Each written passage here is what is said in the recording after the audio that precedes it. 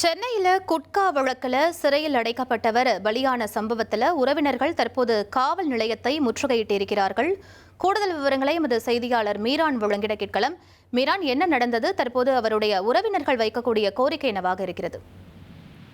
வணக்கம். செங்கல்பட்டு மாவட்டம் தாம்பரம் அருகே இருக்கின்ற சேலையூர் பகுதியை சேர்ந்தவர் பாலாஜி. இவர் அந்த குட்கா விற்பனை செய்வதாக சேலையூர் போலீசாருக்கு கிடைத்த தகவலின் பேரில் அங்கு அவர்கள் சோதனை நடத்தி 500 கிலோ குட்காவை பறிமுதல் செய்தார்கள். கடந்த சில நாட்கள் முன்பு இந்த வழக்கு தொடர்பாக இவர் கைது செய்யப்பட்டு நீதிமன்றத்தில் ஆஜர் செய்யப்பட்டு சிறையில் அடைக்கப்பட்டார். இந்த நிலையில் சிறையில் இருந்த பாலாஜி உடல்நல குறைவு காரணமாக மரணமடைந்ததாக கூறப்படுகிறது. இது தொடர்பாக தகவல் கிடைத்ததும் அவரது உறவினர்கள், நண்பர்கள் மற்றும் வியாபாரிகள் இது தொடர்பாக சேலையூர் காவல் நிலையத்தை முற்றுகையிட்டு போராட்டத்தில் ஈடுபட்டார்கள்.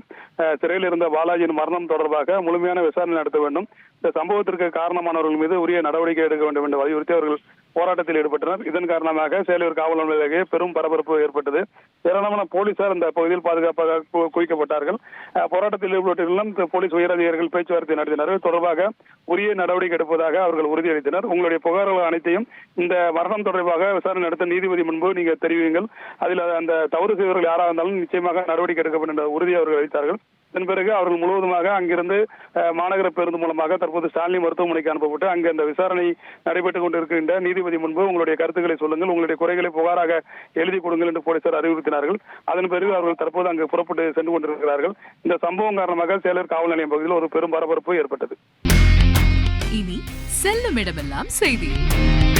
தந்தி டிவியின் வாட்ஸ்அப் சேனலை ஃபாலோ பண்ணினா செல்ல இருக்கும் இடமெல்லாம் செய்தி. இதோ QR கோட் இப்பவே ஸ்கேன் பண்ணுங்க, ஃபாலோ பண்ணுங்க.